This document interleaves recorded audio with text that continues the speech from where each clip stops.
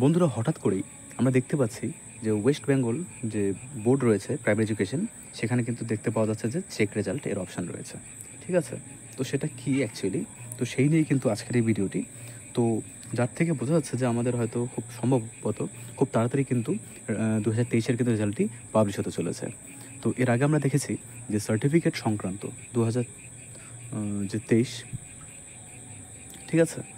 তো সেই 23 টেট যারা উত্তীর্ণ হবেন, তো তাদের একটা সার্টিফিকেট বিষয়ে কিন্তু একটা নোটিফিকেশন ছিল। কিন্তু আজ আমরা দেখতে পাচ্ছি যে আজ না, মানে 2-1 দিন ধরে দেখতে পাচ্ছি আমরা যে নতুন একটা সাইট খুলেছে, সেটা হচ্ছে কি চেক রেজাল্ট। তাহলে যেটা আমরা অ্যাজাম্পশন করতেই পারি, তাহলে হয়তো কি খুব তাড়াতাড়ি কিন্তু হয়তো রেজাল্ট হয়তো প্রকাশ করা হবে, এমনটা কিন্তু ভাবা হচ্ছে। এখন মনে হতে পারে যে আর 1 সপ্তাহ পরে হয়তো পুজোর ছুটি দিয়ে দেবে। তাহলে কী করে সম্ভব? দেখো, এই পুজোর ছুটি দেখ কিংবা না দেখ, এই ব্যাপারগুলো কিন্তু কোনো ম্যাটারই করে না রেজাল্ট কিংবা কোনো রকম অফিসিয়াল কাজের ক্ষেত্রে। আমরা দেখি যে বহুবার কিন্তু এইসব জিনিসগুলো হয়েছে। ঠিক আছে? দেখা যেতে পারে যে পুজোর আগেই দিয়ে দিতে পারে বন্ধ হওয়ার, কিংবা পুজোর পরে হয়তো দিতে পারে। তো যেহেতু একটা অপশন বা নতুন একটা উইন্ডো খুলেছে চেক রেজাল্ট এই হিসাবে, তো সেই অনুযায়ী কিন্তু আমরা এটা খুবই আশাবাদী যে হয়তো খুব শিগগিরই হয়তো কিন্তু টেটের রেজাল্ট কিন্তু প্রকাশিত হতে চলেছে 2023-এর। আর আরেকটি প্রশ্ন যে আমার করা হয়েছিল যে 2024-এ যদি টেট অনুষ্ঠিত করতে হয় প্রাথমিক শিক্ষা পর্ষদকে, অর্থাৎ প্রাথমিক শিক্ষা পর্ষদ যদি মনে করে যে 2024-এ টেট নেবে, তাহলে নোটিফিকেশান কেন পাবলিশ হচ্ছে না এখনও? দেখো, এই নিয়ে একটা বিভ্রান্ত কিন্তু রয়েইছে যে পর্ষদের কথা অনুযায়ী প্রতি বছর কিন্তু টেট অনুষ্ঠিত হবে।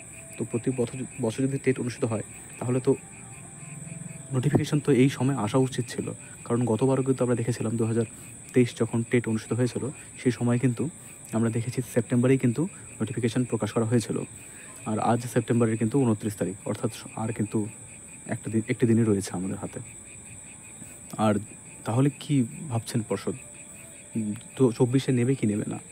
দেখো, এই প্রশ্নের উত্তর কিন্তু একমাত্র পর্ষদ দিতে পারবে যে নেবে কি নেবে না। তারা কিন্তু এখনও আশাবাদী যে প্রতি বছরই কিন্তু টেট অনুষ্ঠিত হবে এবং প্রত্যেক বছরই নিয়োগ করা হবে, এমনটা তারা বলেছেন। কিন্তু এখন ওনারা কী মনে করছেন সেটা কিন্তু আমাদের ধারণার একদম বাইরে। তো আমরা কি করতে পারি? আমাদের অপেক্ষা করা ছাড়া কিন্তু আর কোনো রকম কিছু করার থাকছে না। 2024-এ যদি টেট নিতে হয়, তাহলে কিন্তু এই সময়ে কিন্তু তাদের একটা নোটিফিকেশান কিন্তু প্রকাশ করাটা খুবই দরকার। কিন্তু সেপ্টেম্বর মাস তো শেষের দিকে, সবচেয়ে বড় কথা হচ্ছে পুজো এসে যাচ্ছে। তো দেখা যাক কী করা যায়। এই বিষয়ে তো এখন আমাদের হাতে তো বিষয়টি নেই। কিন্তু 24-এ পর্ষদের কথা অনুযায়ী যদি আমরা দেখি যে ওনারা যদি 24-এ টেট করাতে চান, তাহলে কিন্তু নোটিফিকেশানটা ওনাদেরকে খুব শিগগিরই দিতে হবে। নাহলে যদি না দেন, তাহলে কী করে হবে? প্রতিবারই যেমন আমরা দেখি যে মোটামুটি দিক থেকে ধরলে 3 মাসের মতো সময় পাওয়া যায়।